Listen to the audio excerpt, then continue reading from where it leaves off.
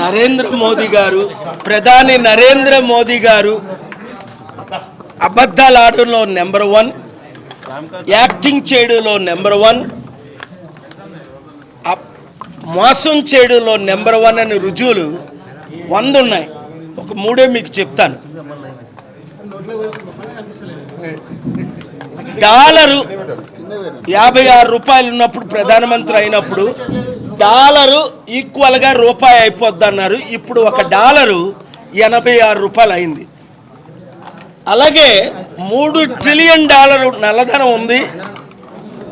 ఆ నల్లధనాన్ని తీసుకొచ్చి ప్రతి ఒక్కరికి 15 లక్షల రూపాయలు ఇస్తామన్నారు. 15 మందికి 15 రూపాయలు ఇవ్వాల.